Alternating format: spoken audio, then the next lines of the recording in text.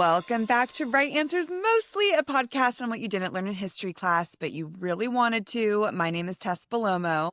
And my name is Claire Donald. And we missed you guys. We took a little break, a cute little Thanksgiving break, which we spent together, which was lovely. It was one of my favorite Thanksgivings of all time, Tess, for real. It is so sweet. You were the hostess with the mostest. My mom was here. We also went to dinner with the two of us with our moms. Should we talk about the grammar of it all? I think we should. I think we absolutely should. So both of our moms are grammar queens. I'm sure I've already said something grammatically incorrect. Same. But I will say by the end of the dinner, my mom literally said, "My ears are bleeding, Claire." They both would just like look at each other if we were like, then like her and I, and they would be like, oh my God, you're killing us. You are killing us. Yeah, but we did come up with a tattoo that if I ever got a tattoo with my mom wants a tattoo more than I do. And then I was like, even a friendship tattoo between the two of us would be really cute of she and I. Lovely. Just like a little, minimalist she and I on your wrist or something. Like I will get a tattoo, a friendship tattoo with you any day. And I'm just waiting. I'm just waiting. I know. I just feel almost like I've made it this far of my 31 years. Like what a lifetime that I don't know if I can do it. Yeah, We'll if it see. doesn't call to you, you don't have to. But yeah, we had such a lovely long weekend and I hosted, and we'll talk about all the details on premium and all the fun things we got up to, but it was just like a lovely break. But we did miss you guys. We talked about you. We did. The whole time? Of course. And today, Spotify Wrapped came out. So I think that we should just say, before we get into it, a big thank you to our listeners because holy shit. You guys, this is such a special time of year because, like, of course we like communicate with you guys all the time. Such an engaged community, but to see these numbers just like puts everything in such a beautiful perspective for us. And like, you guys are literally the best. No, truly. It is a two-woman show over here. Tess and I research by ourselves, produce, edit, social media, all of it. So it can feel exhausting at times, but it's actually not just the two of us because it is all of us. And like we have so many inside jokes now, and we've learned so much this year, and we're all doing it together. All doing it together. And we also got like one of the most top shared shows of 2025. And that is literally all you guys. Like, you guys are our marketing team. you are part of the business. And like, thank you we ask you guys to share, and we never of course we don't expect everyone to do it, but it seems like literally everyone has done that. And that's amazing. Someone's doing it because top show shared on, well, not top, well, we could say that. Let's start the trimmer here. Ram was the top shared show on Spotify this year. Number one, honey. Number one? Yeah, it's just, you guys, we appreciate you. And, we're going to have so many fun things in 2026. So stay tuned and follow us everywhere to keep in touch over the holidays. Love it. But you guys, Claire actually inspired me to do this episode because she and her mom, shout out to you, Cindy. Grammar, yes. Here we mom. go. She and her mom were watching a lot of old Hollywood movies, and I was like, wow, that just sounds so nice to like end the year. We will have one main feed history next week, but this is the last episode that one of us will be hosting. And I was like, I really want to end with a star. Well, there's something about December and old Hollywood that is so special. We did Frank Sinatra and Ava Gardner, their toxic, passionate relationship last year. And so there's just something about old Hollywood in December that go hand in hand. Yeah, it's magical, it's romantic, it's dark, all the things that December can bring. And that's why I really wanted to do Katharine Hepburn. And we were talking about her at dinner, and my grandma loved her so much. So I just kind of wanted to like dedicate this episode to my grandma because she was a actress in Ohio, a stage actress who just loved Katharine Hepburn. And I thought of her a lot of this episode. Don't make me cry, Tess. Don't make me cry. Jesus Christ, it's already starting. She's starting. I'm so excited. I'm so excited. Do you have a favorite Katharine Hepburn movie? So I've never seen a Katharine Hepburn movie. Like I feel like I know about her essence.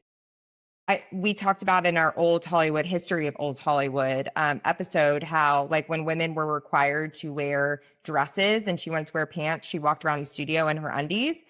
So I'm like, go off queen. I love that. You will love everything about her. And I feel like you might know one of her movies, but I'm going to save it to be surprised. I do. Oh, you know. Should I say? Say. Joe from Little Women. Okay, good. I didn't know if you knew. And then I was like, that's such a callback to our Louisa May Alcott episode and just our entire personalities as Little Women. So yeah, she started that. She started it. Well, and like, isn't she Joe? She is Joe. Like that is yes. We are all gonna fall in love with Katharine Hepburn. And do you have any idea what her sign is? Okay, so I have to out myself here that because Tess sent me a picture of her and I was like, well, I need to spend the next 15 to 20 minutes just looking at pictures of Katharine Hepburn because she's so gorgeous. So I Googled her and I believe it said she was a Gemini. No, she is a Taurus queen. So you No, guys are so connected. no, I know. I truly was like, I cannot believe. Oh my God. Okay, a Taurus. Well, walking around the set in her underpants when they told her to wear a skirt. Yeah, that makes sense. Exactly. And I just like, I knew immediately that she was a Taurus from everything. So let's get into it. Katharine Hepburn, she was born in 1907 on May 12th, and she was raised in Hartford, Connecticut by truly two of the most progressive parents that you would ever meet in this time. Oh my God. Like her mother was a feminist activist and her dad was talking very publicly about venereal disease before it was socially acceptable. And they were like, he was a doctor and they were just these two liberal people that just were very like inspired their children to be free thinkers. And I think so much of Katharine Hepburn and what she's even said publicly is like, I am who I am because of this upbringing and how unique it was and how they inspired me to be whoever I wanted to be. Oh, if it's not that, I don't want it. Literally. So Catherine, her nickname was Jimmy. Oh, what? How'd we get there? But Okay. sometimes it's just like, how did we get there with nicknames? And Yeah. you just nod and move on. And she was just a very self-proclaimed tomboy. She swam, she wrestled, she drove cars, she took ice baths before it was a thing. My God, she would have loved the sonic cold plunge era that we continue to be in now. She really would. Yeah, she was a wellness queen before it was before it was popular, and she hustled her neighborhood into buying tickets to her backyard shows to raise money for the Navajo people Oh my God, Catherine. when she was like 10. So she said that she would shave her head just like her brothers. She had two brothers that were Tom and Dick. The three of them were inseparable, and she just wanted to be just like them, and they were truly best friends.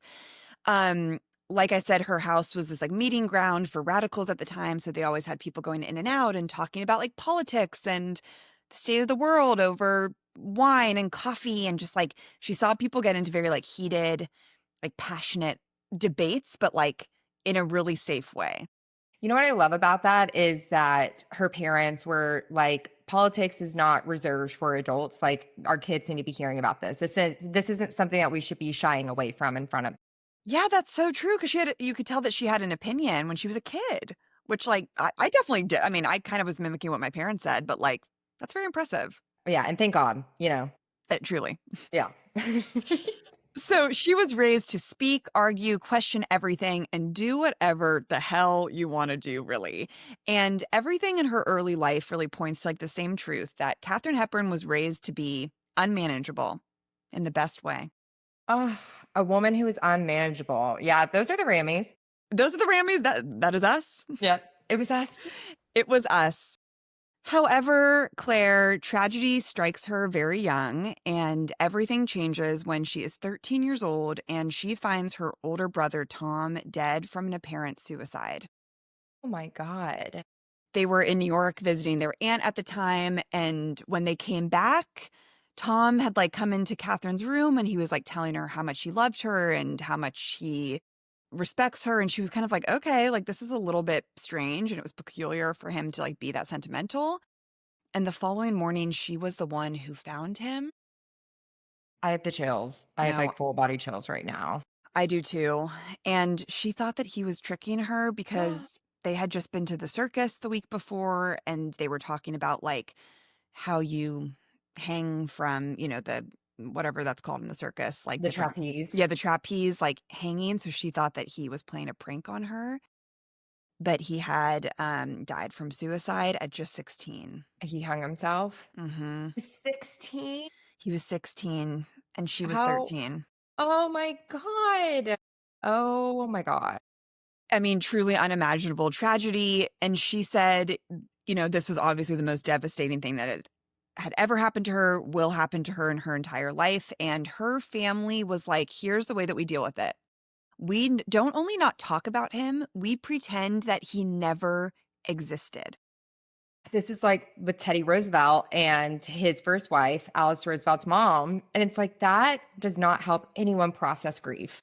Oh my God. No, I mean, you're really just like delaying the process. You are not serving yourself. You're not, so like their family unit like was never the same after this. And I think her dad was aware on some level that he may have contributed to Tom's depression or unhappiness. Like he was very progressive and liberal and all of those things, but he was also extremely cold, hard on the kids, guarded, and suicide and mental health struggles ran in the family. Like Kate's grandfather actually died from suicide, and her uncles actually died under like the documentary said suspicious conditions. So I'm wondering if perhaps no one wanted to say what it was, but there seemed to be some genetic mental health struggles.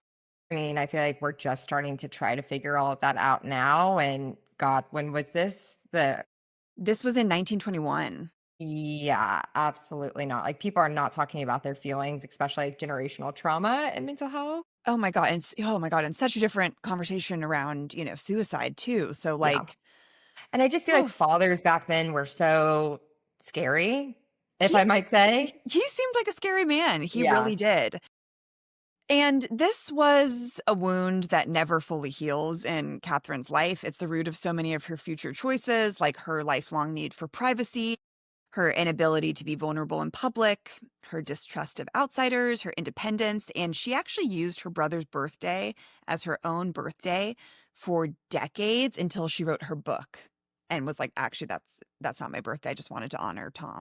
Am I gonna cry this whole episode? My God. I know. So, this clearly made her become depressed and withdrawn, and she had anxiety attacks, and she hated being social and around other kids, which is such a contrast from, how we described her at the beginning of the episode, that she was playful and running around and just so like adventurous. And she became a completely different person. And she hated going to school and being like, I have to just talk to these other kids. Like nothing has happened and I'm just the same Jimmy. And she was like, I'm not. And that was really hard, and so her parents were like, "I think we should homeschool you." Oh, like, God, is that the solution either? I mean, the right solution would be, getting help, but we're clearly not there. Also, it's Yeah, like those other kids they still have their youth, and she got her youth taken away from her in a major way. exactly, and I get, like, okay, she's really, like, withdrawn at school, but then, of course, you're gonna be withdrawn being homeschooled around your family that's refusing to talk about what just Oh my happened. God. So, she was homeschooled in high school until college, and then her mom was like, "You know what? I really want you to go out into the world."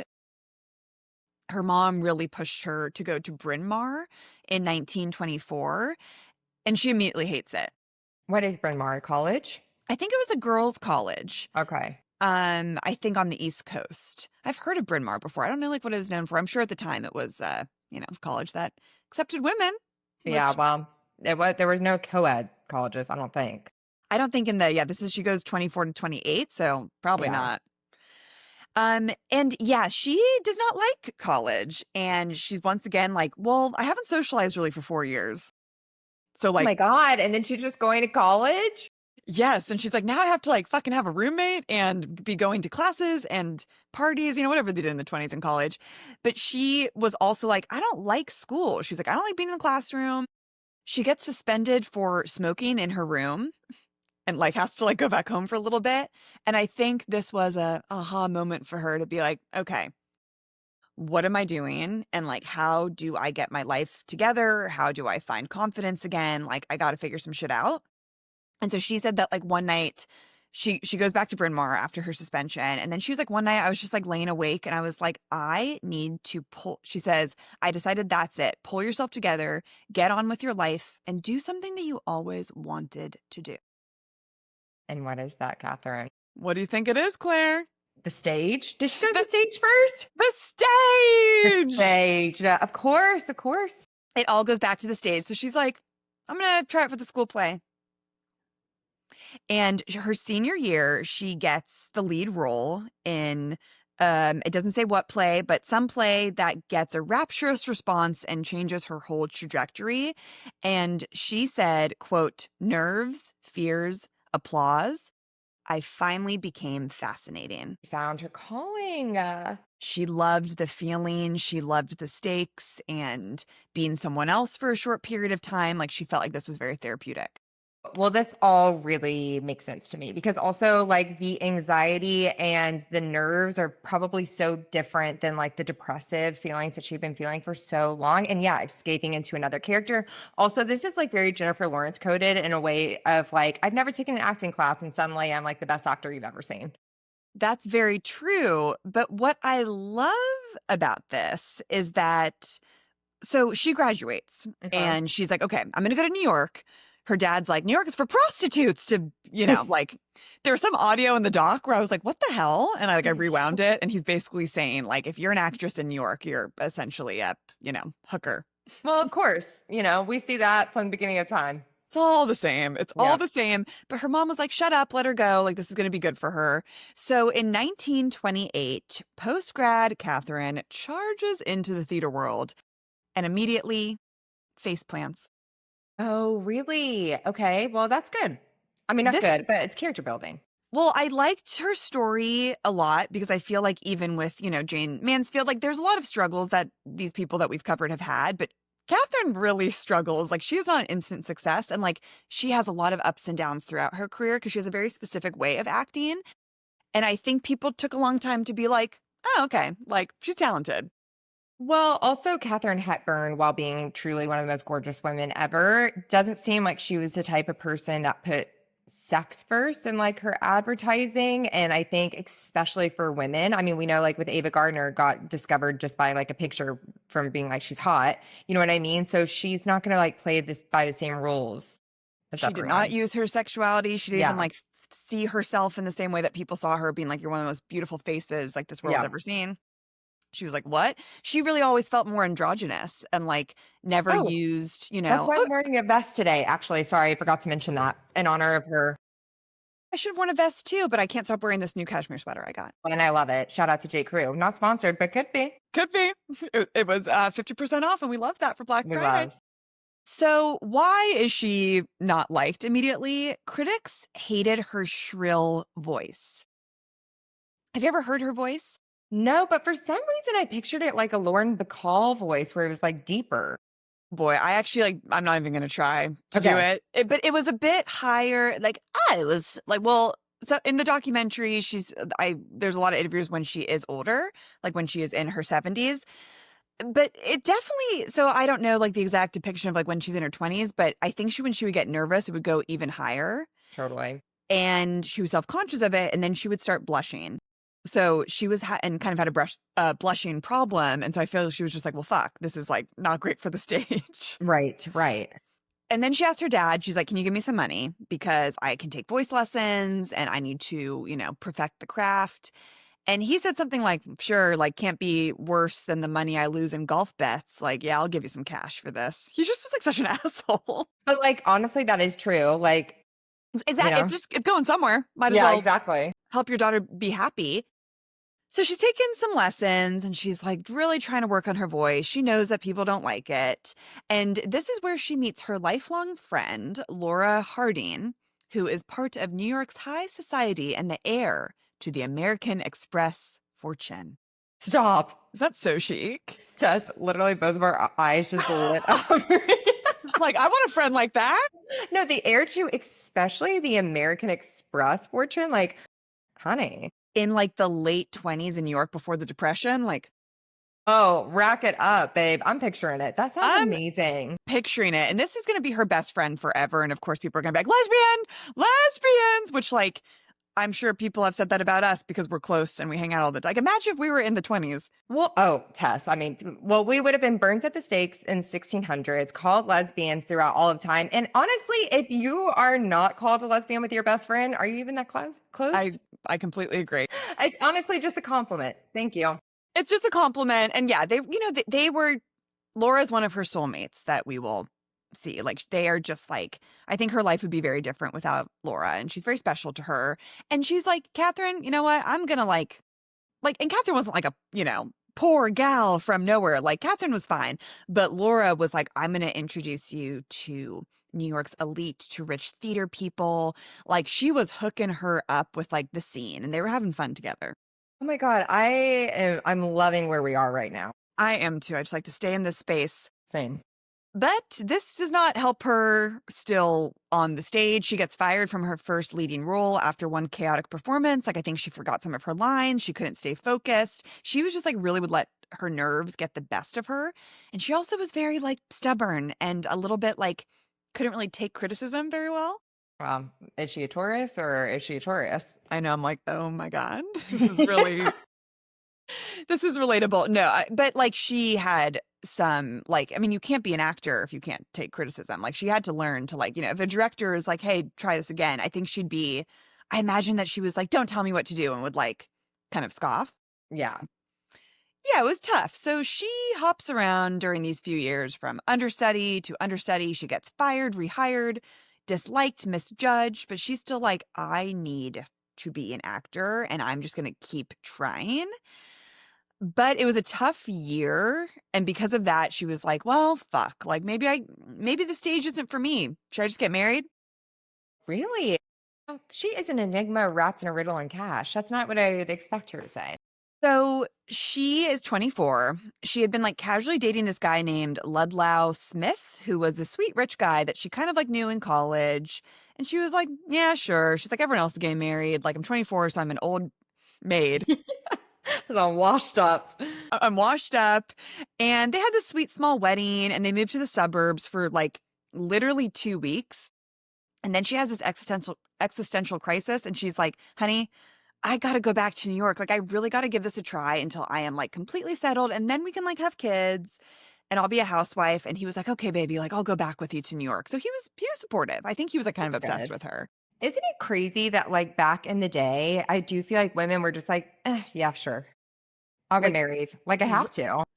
I feel like it's like the first person that you've even like been with, or that you're just like, yeah, he's rich and attractive. Like, let's make this official, which is scary. Yeah. Or like, I want to hook up with someone. So the only way to do that is to get married.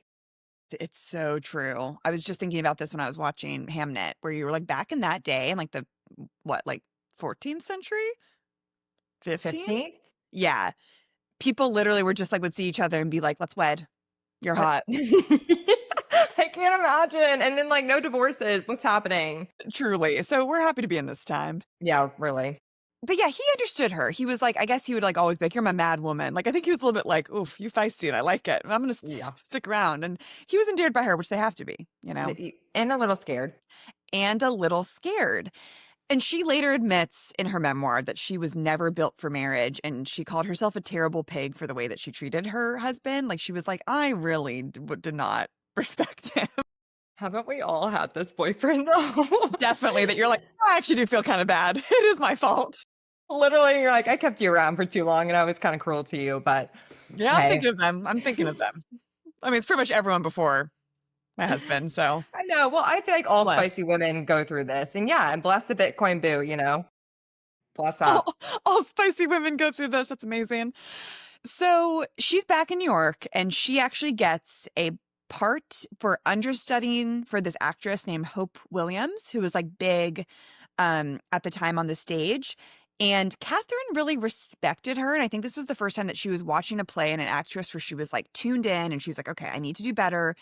Let me like get some inspiration from her. So she studied her style. And Hope Williams was known for like masculine dressing. And she actually called herself at the time half boy, half woman persona. Wow. And Catherine always, like felt kind of confused about her gender. And so she really like was inspired by Hope, and she adopted some of her mannerisms. And one night, Hope can't come in. And who takes the stage as the lead? Catherine does, and she has the performance so far of her lifetime, and her audience, and the audience is like, who is this woman? Like, she's so interesting, and like kind of have never seen anything like her before. And finally she gets some notoriety, and guess who calls? Hollywood. Hollywood, baby. Oh my God. Well, you know what they say with all of this, that luck is preparation meeting opportunity. But it really is. And I'd rather have luck than talent. And I've always said that.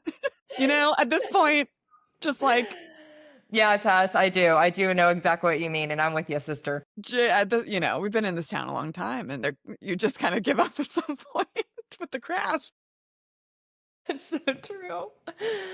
Oh, man. So I guess she gets one more play before she moves out to LA. It's called The Warrior's Husband, and people were like, "Oh my God, she's such an amazing actress."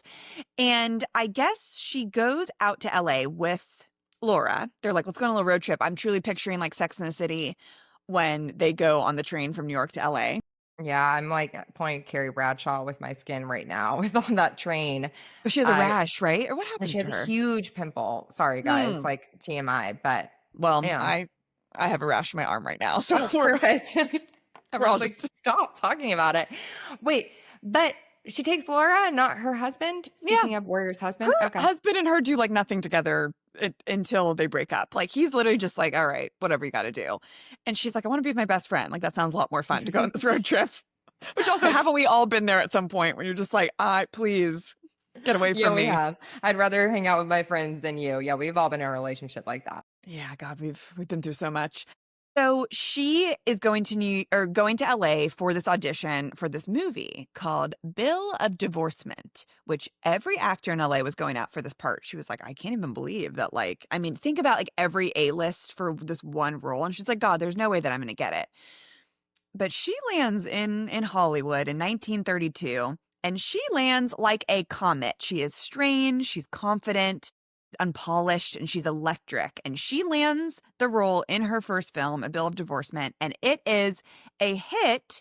And guess who gets the supporting part in it? Who? Laura. No. It like gives me chills. Like, can you imagine? Like everything is just like working out so much for her. I know. I am living in this time. You're in LA in the 30s. You get to go to set with your friends. Ah, And she's like, honey, she like calls her husband. She's like, we're breaking up. And he's well, like, it's time. they don't get divorced for a long time, but they are broken up. Yeah, and he's like, I saw this coming, but he's a little sad, but she doesn't give a shit. She's working. She's working and she is busy and she is getting glowing reviews, and people are really fascinated by her because she's unlike any actress that you've ever seen. Like think about other people during this time where it's like very coy and like flirty and romantic, Yes. and like everything is just very much like, no sir, and she's like whatever, whatever. Whatever. She's literally Kristen Wiig as Cinderella, you know what I mean? I love, you know that we love that energy too. We love that energy.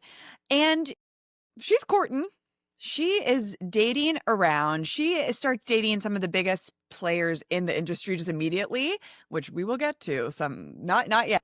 Okay. I'm keeping it in my back pocket. But oh yeah, she just has a lifelong roster of pretty crazy like lovers. Yeah. I was just gonna say, and then maybe we'll talk. Well, I'll save it. Okay. She also starts dating her agent, which is interesting. But he was the one who was like, babe, you have to be negotiating like crazy. Like, I know you've only made one movie so far, and like no one's going to offer you a lot of money because like you're still fresh, even though like you're getting good reviews. And so he taught her to negotiate so much that she was like not a star at this point after one movie. And she told studios that she wouldn't settle for anything less than $1,500 a week, which is $30,000 a week today. And that's like crazy back then. I think Judy Garland was getting something like 200 a week or something like Yes. crazy.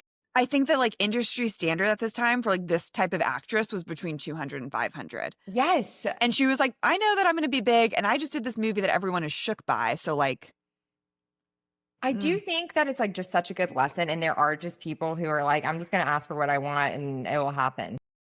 exactly. She really has an inspiring like disposition, like in kind of every way. But what was really funny and relatable to this, that she was like, oh, I don't trust myself with all of this money. And so she calls her dad and she's like, do you mind like keeping this in a bank account for me and giving me my own allowance? Like I'll ask you to take things out because I am going to blow this all. And I already like pretty much have. And he was like, let me handle it. And so until the day he died, he like, and he didn't take it like, it wasn't like a gross thing of like, I'm No, no, taking your no. money. Like, but she would always have her money with her dad in this bank account, and he would give her money because she had a spending problem. She's a Taurus. She is such a Taurus. Well, so her dad was like her wealth manager. Like, truly. That is so relatable, being like, I really don't trust myself and I don't want to deal with this right now. God, no. Like, imagine getting Wow. like the check that you get like from your first, like any sort of, not like I've ever seen a check like that from a creative project, but Yeah. even when I did like get like $1,000 from a commercial, I was like, I'm going to go out to dinner tonight and then go to Zara and Topshop and buy something in 2012. That it was the pipeline test. Exactly. Ugh, I miss it. Me too. And so also during this time as like she is rising to fame, Laura sort of becomes like less, she's like, you know what? I'm not going to pursue acting as much because like, this is you, babe. Like, I got my money, I got my things. Well, like, I already have a lot and I don't need it. And she's like, I'm going to be like more of like your assistant and like kind of right hand woman. So she's kind of like her assistant slash like creative partner, but she just like really helps her out with everything. She's like Casey with Jessica Simpson and Newlyweds. That's exactly it. And they're just Wow. living their best life. They're living their best life. And Claire, literally the next year, she wins her first Oscar What? for this movie called Morning Glory in 1933. I feel like I've heard about that. I feel like I've heard about this too in like film class or something. Yeah. And she's only 26 years old. She just got to Hollywood like last year. Claire, she doesn't go to the Oscars Why? because she's like, I don't need to. I like want to be this person so much. It will never be me. It will never be me. She was like, why would I go? She's like, fame is crazy. I just like want to keep like, and she's, also like what we said at the beginning because of like her family trauma. She's just a very private person. Once again, why people are like, she's lesbian. It's like, she is just private. Like she doesn't want to like talk to the press. She doesn't want to do like interviews. She's just like, I'm doing my own thing. Let me focus on acting. So she follows this win by Little Women, which was one of the biggest films of the decade. And then she is just like officially Hollywood's it girl. This was the first movie of Little Women, wasn't it? If it was in the 30s? This was the first movie. And I just watched this and I was like, God, this woman is good. I just remember really being like drawn to Katharine and being like, she's hot. Yeah, but it's like the actresses that play Jo March are just like, there is something about them. Not anyone could do it. Like No, it's no, no, such no. a specific role to play naturally and to be like, oh God, it's just so good. It's like such a great character. Okay, so I need to watch this one, but it's crazy to think that like Katharine was the originator of Jo if we hadn't seen it on our screen before. She really is. And like you said at the beginning, like she is Jo. So it's like I'm sure like even she felt like that character was like, where do I, like the two of us are very like meshed in each other's worlds, which is beautiful. And she actually wasn't even sure if she wanted to do this movie because she was like, God, the shooting schedule is really long. And like, I kind of am rich now. And like, I would like to like vacation a bit and to I'm like sorry to say this again, but like she is such a Taurus. Like, it's so crazy. But you're like kind of like, "Oh, work." And then once you do, you're like, okay, I'm really glad I did that. But you're like, I'd Yes. rather just be traveling and like with my friends Yes. in Saint Tropez. But she was like, okay, I'll do it. And after this, she was like, I'm going to treat myself. She, was renting some chic houses around the world. Same is that she has a little dip right after this, where Hollywood started calling her box office poison. Oh God, once that starts, it's like impossible. But like, why? We will take a quick break right here. And when we get back, we're going to talk about why people started being like mean to her. Classic. And we are back. Okay, so what's happening? We have Little Women. She's winning an Oscar. It's like we see this all the time in Hollywood. Like the farther you climb, what's the expression? The higher you climb, the far further you fall. There we go. Thank you. We got there eventually, kind of. But like it's fucked up because so basically, I think people, it changes so quickly your perception of someone. Like in one way, audiences were like, oh, she's kind of cool and masculine. And then the rise of like really flirty sexual women, people were like, wait, she doesn't fit the mold and she makes me uncomfortable and I don't understand her. And so then Hollywood was like, ooh, maybe like this isn't popular right now to be like casting her in things. And she goes back to New York because she's like, well, I want to, maybe I can go back to the stage. And I feel like I'm like very respected there. She always has this push and pull between like film and the stage. She does this production of this play called The Lake, which is horribly reviewed. And she has such a long contract that she actually has to buy herself out of the contract to be like, I don't want to stay and do this for like a year. And she loses like all of her money by buying Oh herself my out of the God, contract. Catherine. I know. It just goes so quickly. Like also, I feel like we see this too with like Judy Garland and all of these female stars. Like you can have like tons of money one month and like the money's gone the next month. Right. And like the cars and the dinners and all that were a lot of times paid for by the studio and didn't really belong to you at all. Exactly. So yeah, people are like, who's this pants wearing, opinionated, private? Like they were also like resentful that she didn't really like do interviews and stuff. They're like, oh, she's too good to talk about her life. Like who's she dating? What's she like? And she still was like, I don't need to talk about that. But things were going on personally at this time. As much as she was having some struggles professionally, she was dating a little someone by the name of Howard Hughes. Okay. I'm so glad that we are here now. I can't wait to talk about it because this does not seem like a match to me at all from what I know about Howard Hughes and from what I know about Katharine Hepburn now. I'm truly like, you guys just must have been having like really hot sex, but like nothing to talk about. 100%. It must have been like crazy sexual chemistry, which will like keep you in a place for too long. Well, I think he also liked her because she was like sassier than all of his other women that he kept, he's like, oh, you keep me on my, like, I'm in trouble. It's I'm in trouble energy. If you guys know, you know.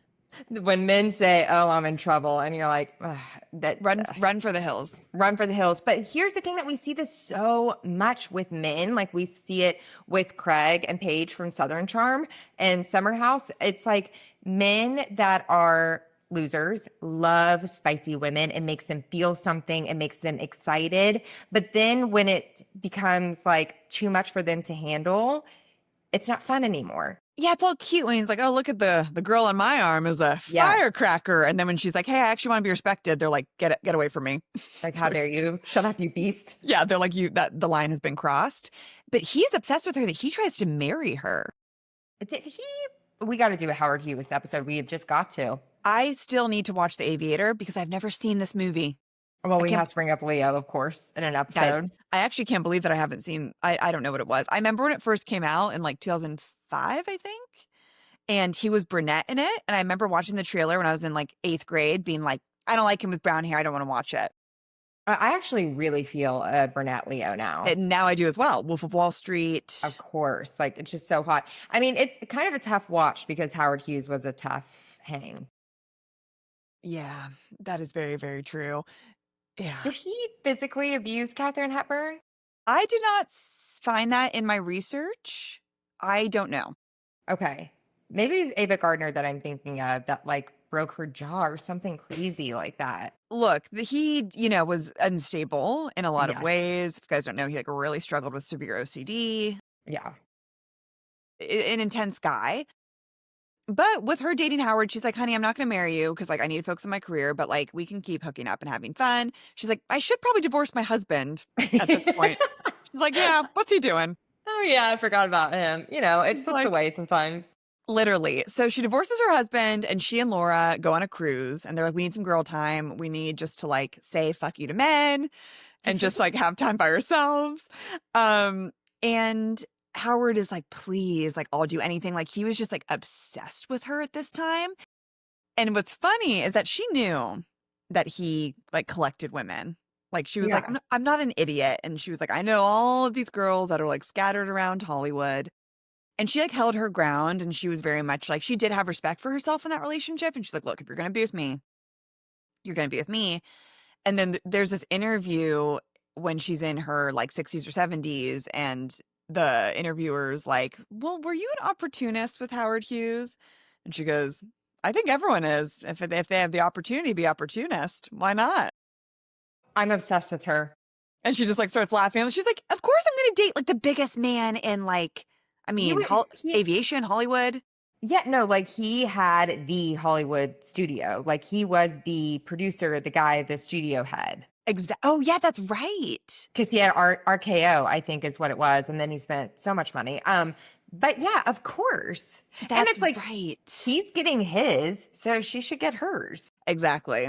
But she's still scaring people at this time. They still were like, "You're a threat to, like, what it means to be a feminine woman." And Catherine knew that people, like, didn't really like her, but she didn't really care. But hope is on the horizon, Claire. Hope is on the horizon. She makes one of the greatest comebacks in Hollywood history in 1939 because she reinvents herself with this genius move that kind of like, I'm sure someone like Reese Witherspoon is inspired by Katharine Hepburn of like, I should no longer just be the actress. Like, let me look and source scripts and parts I want to play. So she buys the stage rights, which women were not doing at this point, to a play that was written for her called The Philadelphia Story. Yes, I do know this one. I mean, I haven't seen it, but I know I it. haven't either, but it's like her, I mean, it's people are, that's probably people's favorite role that she's ever done. And she makes herself indispensable. And Howard Hughes was like, baby, you got to buy the play. Or he was like, you got to buy the play, but you got to buy the movie rights. And this is what's like going to be really good for you. And she was like, I don't have the money, honey. And he was like, I'm going to loan you some and like, you do your thing. Really? So she borrows money from Howard. She performs it on Broadway. It is a huge hit. And then she sells the film rights to MGA on the condition that she must star in the movie. MGM? What did I say? MGA. MGA. MGM. And she's like, well, but I have to be the star, of course, because I've already been the star on stage. It's just so inspiring. It's so inspiring, especially with years of people just being like, you scare us. And she's like, oh, I scare you? You should be. You should be. So this movie is a smash. The woman, the woman declared box office poison is now back to being Hollywood royalty. And what's gross about like box office poison, a lot of men were these fucking drunks that would like show up on set, not know their lines, be just like completely obliterated and rude and disrespectful. And they're never like labeled that. And this is when she meets Spencer Tracy, speaking of obliterated men. Okay, so I don't know anything about him except for that there are rumors that they were in a lavender marriage. Yes, this will follow her forever. Can we talk about it for a second? Yeah, I mean, so she just well, there's always rumors that she was a lesbian. Which is so interesting because Tess and I were texting about this. And obviously, you guys know, like, it does not make a difference to us. And like, everyone has their story. Who cares? But like, I was just saying, there is always the rumor hanging over her that she was a lesbian. And you said something back that I was like, oh, that's such a good point. And like, of course. Well, I think it was like a bunch of different things. I think because she was so private, no one knew anything. And she had a husband, but no one ever saw him because she hated Right. him. And when she got with Spencer Tracy, they lived separately. They wouldn't do interviews together. And then on top of that, someone once heard her refer to Laura as her husband on the phone. I'm not, again, like the way Tess and I am always like, that's my baby. Yeah, What my true. baby wants, my baby gets. Can you imagine? So, and the fact that she likes to keep her hair short and she likes to wear pants. And I think people could not understand this during this time. People still can't really understand it. Well, men and women. Like, it's just 100%. Yeah, heteronormativity keeps everyone in like really tight boxes. Very tight. So yeah, but she's with, I mean, Spencer Tracy and her have a long 26-year love affair. Look, I didn't know much about Spencer Tracy. When I saw photos of him, I was like, she downgraded. No, I 100% thought the same. But she was an actor. He was an actor, and she wanted him to play the lead in A Philadelphia Story because she was like, I have the rights. I can now like kind of do anything I want. Like I'm a producer. Like I can decide who's going to play my man, which is very empowering. What a dream. What a dream. And she really admired him because she was like, I've heard he's an actor's actor. Like, I just feel like we're going to really like be able to connect creatively and artistically. And he said, I thought of her as a very strange creature and ambiguous gender, question mark. So he thought that she was a lesbian too. And then she said, well, he found out very quickly that I had no problems with the opposite sex. Katharine, go off, queen. Go off, girl. But unfortunately, Claire, he is a married man. I And wasn't ever in Hollywood. and a Catholic.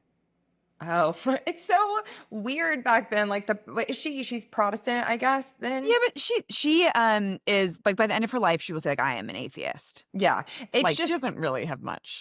so funny that like JFK being a Catholic was like such a big deal. Like, but then the people who were mad about it were like Protestants. It's like, you guys, it's all the same. It's literally all the same, but because he's Catholic, he's like, I can never really get divorced, like ever. Oh, that's the big thing. Okay, so that's the big thing. That's the big thing, but he had notoriously been having affairs for years. Well, that's what I was gonna say. I'm Catholic, so I can't get a divorce. Will I have multiple affairs? Of course. But I can cheat on my wife whenever I want. Like, who cares about that? Yeah, God And doesn't care. Hollywood all knew this. Like, Hollywood was like, yeah, Spencer Tracy is like a little bit of a slut. And Catherine and him, they just have volcanic chemistry.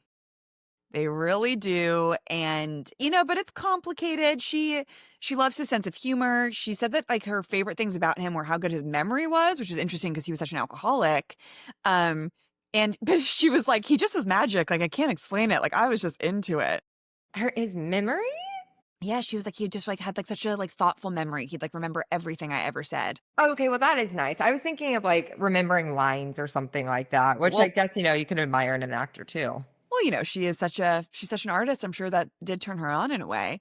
But God, it does go so far to have a man be like, I remembered this about you. Sure The bar does. is in hell. The bar is in hell, and Catherine knew that too. Yeah. She knew that. They really wanted to keep everything very private to protect their relationship and, because he was married to someone else. But she also thought of it as kind of like a fun game. She was like, I know that the press is so interested in us and like it's fun to like withhold. And like I know that they want like more of me. And I think it also made her feel like a sense of power. Totally. And she knew that she had them wrapped around her finger, the press. Rumors are still flying around that she must be lesbian. And she'd always say, who cares, what a bore, which is like, Well, it's literally that. It's literally that. who gives a shit? But he is really struggling with alcoholism at this point, and she supports him. Like she like kind of becomes his caretaker. She cooks for him, she protects him. And he was like, I just feel so depressed, and that's why I drink, because I guess he had a deaf son and he felt like he was never like a present father. And he was like, I'm just like so annoyed because he's drinking because he's not a present father. It's like, well, it's maybe like, be like, then go be a present father. he's like, I just can't figure it out. Yeah, like obviously addiction is complicated, but Well, he of just does not seem to course. be trying at all, like to, It's just men in Hollywood at this time, men in Hollywood. And it's kind of sad because she really does like orient her life around his mood and his needs. Like, and she's still like working a little bit, but she's really focusing on him. And what's interesting though, during this time when she's kind of more like, living her girlfriend life, whatever you may call it, she does this film called Keeper of the Flame, which is about a woman who the script is like she gets away with murder. And an unspoken rule in Hollywood at this time is that with scripts that a woman can never get away with murder. Wait, okay. We have to also do an episode just like on all the crazy rules of Hollywood and stuff because it's like if you who show cares? drugs on screen up to a certain point, it had to be like people like suffering from drugs or something. It couldn't be shown like as being fun. Recreationally. Yeah. It's just so crazy. They're just like that. No, a woman can never get away with murder. And so I guess she signs on to the film because the script, she does get away with murder, this character. And she's like, this is amazing. This is going to be like really like good for my career. And then the last minute, the writer was like, well, you already signed the contract and I'm going to switch the ending that she doesn't get away with murder. And Catherine was like, I am literally so annoyed. And this is also at the same time, it's like, this is now like the end of the 1940s. And there's this thing called the House Un-American Committee, which I think they were very much like, this is what America should be like. Oh my God. It's like truly boomer era. It's really scary. It's very scary. And they were very concerned with moral decline. And they introduced a bunch of new censorship laws in which Catherine disagreed about and spoke up about and talked to the press about it. And this was like the one thing that she was like, I'm going to talk about my personal life and how like, I don't believe that we need censorship. And this made her not work for a year because everyone was like, you're gay and you're a communist. I was just about to say, did they call her a communist? Of course they must have. So yeah, people are judging her, you know. And also, like, she does this film after about women's rights and equality, and people are like, disgusting. And they're like, and why aren't you getting married or having kids at this point, you crazy bitch? And so, like, everyone is just like, you are pissing me off. And she's like, well, great. And during this time, Spencer's, why does that sound? Yeah, his name is, he's so much like a first and last name person. Like, Spencer sounds Tracy. weird, but you know what Also, I mean? Spencer, the name did not exist till 1990. I'm convinced of it. Like, you cannot tell me there was a man in 1949 that had the name Spencer. I know it feels odd, doesn't it? Yeah, Spence. So Spence's health collapses. He's been drinking for years. He has having some kidney issues. As one does. And so she takes a 5-year break from anything to solely focus and care for him. And he ends up dying of a heart attack. She is with him, but she does not attend his funeral to respect his wife. I'm just like, at this point. At this point, like, and the wife must have known, my God. Well, if Catherine's taking a 5-year break to take care of him, I'm like, let's give it up. And you know what's interesting is that she's very much like, when she talks about him, she's kind of like coy in a way where she's like, I don't really know how he felt about me, but from my, you know, perspective, our relationship was absolute bliss. But she kind of always like talks down about herself when it comes to him. You know what I mean? That is so interesting. And I think this is why people a lot are like, this specific relationship like complicates like her feminist image, because she's very much like, yeah, I don't know. Like, she almost like doesn't think of herself as great as she is because like through his eyes. But I it's think. like, these people are not like, they're not superhumans. Like, everyone has faults. Like, Well, that's exactly what I think the documentary said, where it was like, but it also humanized her. Like, there's not like a yes. superwoman doesn't exist who's like, I don't care about men and what a man thinks about me and I don't want to be in love. Like, that is not like, that's not human nature. Like, It's absolutely not. and you can be both things. You can be very independent and you can also rely on a man and kind of be insecure about your dynamic. Like, it's Yes, okay. of course. It's of course. Yeah. You know, you hear that of like, and then she didn't attend his funeral to respect his wife, and you're just like, okay, moving on. But like, that must have been really hard for her. Well, she can't really publicly, like, I mean, I'm sure privately she can speak about it, but yeah, there's not that like public, meaning a funeral or anything like closure. Exactly. Funerals are very important for people to be able to talk to other people about what that person meant to you. And like, she kind of had to like stay in the shadows, which is very sad. That's awful. After 26 years with this person, like, so we're now going to jump a little bit to the 60s, 1967 through 1981. Katharine once again reinvents herself. She's back on the up. And oh, Mm? sorry. I think I remember a movie that she does later. Which one? The Lake? Is that a movie? The Lake Or was no, the play. But does she the play pond? The Golden Pond? Does she play Jane Fonda's mom? I believe so. That actually got her an Oscar. Yes. Okay. That just came because Jane Fonda's documentary, you guys, on HBO. It's one of the best documentaries of all time. Jane Fonda's dad plays her dad, and I believe Katharine Hepburn plays her mom. We 100% have to cover Jane Fonda next year. So I think that we have to split it up, and one of us does the first half of her life, and the other one does the second half. Just like Jessica. Exactly. Jane and Jessica. Oh, we love it. So yeah, she like goes on this streak of really iconic late career performances.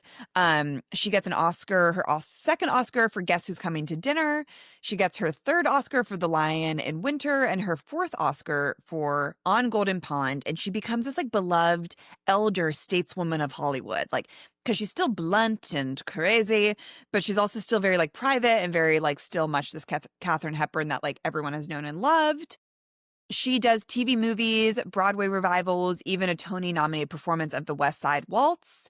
And she finally goes to the Oscars and shows up in 1974 with the surprise appearance that brings the entire room to its feet. So she wins 4 Oscars and like doesn't go until like 1974. I believe so.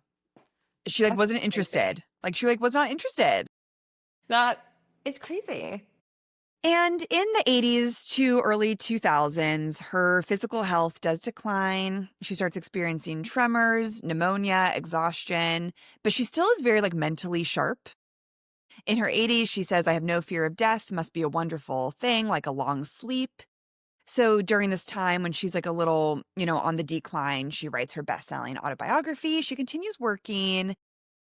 But in the year 2003, at the age of 96 in her home, she does pass away. And A she long life. and she requests no funeral. She is like the most low key girly. I know. She's like, and the world really mourns her. And I think like it's really a time where people are like, God, I just wish we knew more. I wish we had got more of her.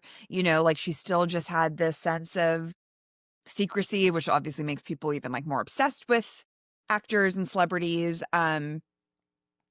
But she is a record holder for having 4 Oscars, 60 plus years of acting. She's the #1 female screen legend from AFI. She Wow. reinvented herself so many times. And, her legacy is bigger than film. She expanded the definition of womanhood in American culture. She proved that a woman could be brilliant, difficult, contradictory, and iconic. She didn't fit the mold. She didn't try. And that's Katharine Hepburn. Ah, wow. I mean, truly, there must be so many actors now that just like she was the Northern Star. Absolutely. Like, because she is very much like the quote, like unlikable, of like, oh, she's not really like being polite to us and she's not flirting with men and she's not wearing what everyone's wearing. Like yeah, she was like controversial, but like, look where she landed. Good things happen when you're controversial, like in this way. I mean, Diane Keaton must have been influenced by her. I mean, there's just so many actors that I'm sure. Well, of course. I just like loved researching her. Oh, she's an icon. I can't wait to watch the doc. What is it on? It's called Call Me Kate and it's on Netflix. Oh, I can't wait. Would highly recommend everyone to watch. It was like my main source in a couple articles. Yeah, I love her. Oh, I love her too. Well done, Tess. And I know that your Yay. grandma would be very proud too. She reminds me of my grandma, like very similar in a lot of like ways personality wise. And so yeah, that I thought of her the whole time. Oh, I can't wait to like see the carousel at Right Answers Mostly on Instagram and look through all Of the pics. Of course, everyone follow us at Right Answers Mostly on Instagram, TikTok. This full video episode will be up on our YouTube channel. And we will be back next week with a guest, a really fun way to end this year. It's like kind of crazy, you guys. Like this, I mean, I don't even know what to say, but they reached out to us and it's historical. It's very historical and official. You guys, I think, will be very proud of us. We are proud of ourselves. But we will keep up with our premium channel all of December. So we'll have 3 Yes. episodes there. So make sure to join in the show notes. If you miss us during the second half of December, you know where we are. We're on premium. That's right. And we love you so much, Rammies. And go watch a Katharine Hepburn movie.